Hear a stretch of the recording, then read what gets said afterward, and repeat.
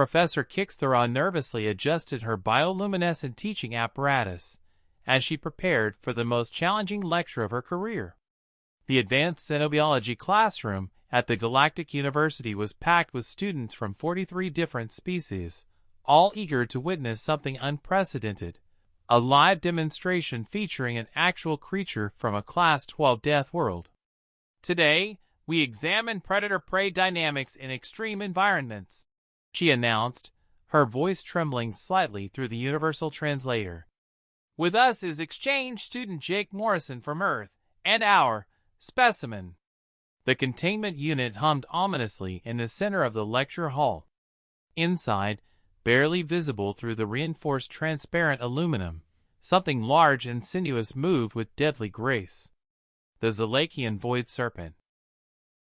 3 meters of pure killing instinct from the nightmare world of Zelak Prime, where the atmospheric pressure could crush most spacefaring species, and the native life forms were the stuff of galactic horror stories. The assembled students pressed back in their seats. Even through the military-grade containment field, the creature's presence radiated menace. Its obsidian scales absorbed light, making it appear as a moving shadow, and the pheromones it released, even through the filters, triggered primal fear responses in dozens of different nervous systems. The Void Serpent, Professor Kixthara continued, consulting her notes with shaking appendages, is considered one of the most dangerous predators in known space. Its venom can kill a Krillian warrior in seconds, its muscular strength can crush starship bulkheads, and its hunting instincts are so refined that... Professor? Jake's voice cut through her lecture with startling casualness. Would it help if I got a closer look at it? The classroom fell dead silent. Several students' emergency medical monitors began beeping as stress levels spiked across multiple species. I'm sorry, Mr. Morrison, Professor Kixthara said carefully. Did you just volunteer to approach a live void serpent? Jake shrugged, a gesture that apparently meant something very different to humans than it did to everyone else in the room. Yeah, I mean, if it would help with the demonstration. I've handled similar creatures back home.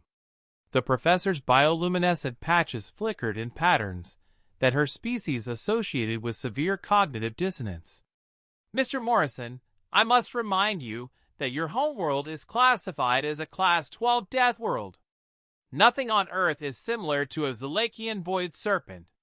Well, Jake said, standing up from his seat with a kind of confidence that made several students reach for their emergency beacon transmitters. Not exactly similar, but we've got some pretty impressive snakes.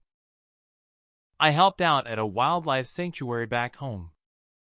Before anyone could stop him, Jake walked down to the containment unit. The Void Serpent immediately oriented toward him, its predatory instincts recognizing a potential threat, or meal. The creature's scales rippled with aggressive display patterns that meant I am preparing to kill you in the universal language of apex predators. Hey there, beautiful, Jake said softly, completely ignoring every safety protocol in the Galactic Handbook. Then he did something that would be discussed in xenobiology journals for the next century. He opened the containment unit. The classroom erupted in panic. Emergency alarms began blaring as students scrambled for exits. Professor Kixthara's bioluminescence strobed in patterns that roughly translated to "Oh, sweet cosmic void, we're all going to die." The Void Serpent emerged with liquid grace, its 3-meter length coiling as it prepared to strike. Its hood expanded, revealing patterns that had evolved specifically to paralyze prey with fear. Venom dripped from fangs that could pierce through combat armor. Jake crouched down to the creature's level. "Easy, girl," he said, extending one hand slowly. "I know you're scared. New place, lots of weird smells, bright lights. That's got to be stressful." What happened next defied every principle of xenobiology that the university taught. The Void Serpent, apex predator of one of the galaxy's most hostile worlds, tilted its head curiously at the human. Its aggressive posturing relaxed slightly. That's it, Jake continued, his voice carrying the kind of calm authority that comes from years of working with dangerous animals. You're not hunting right now, are you? Just trying to figure out what's going on. Slowly, incredibly, Jake reached out and touched the serpent's scales. The creature, whose species had never shown anything but murderous aggression toward any living being, leaned into the contact.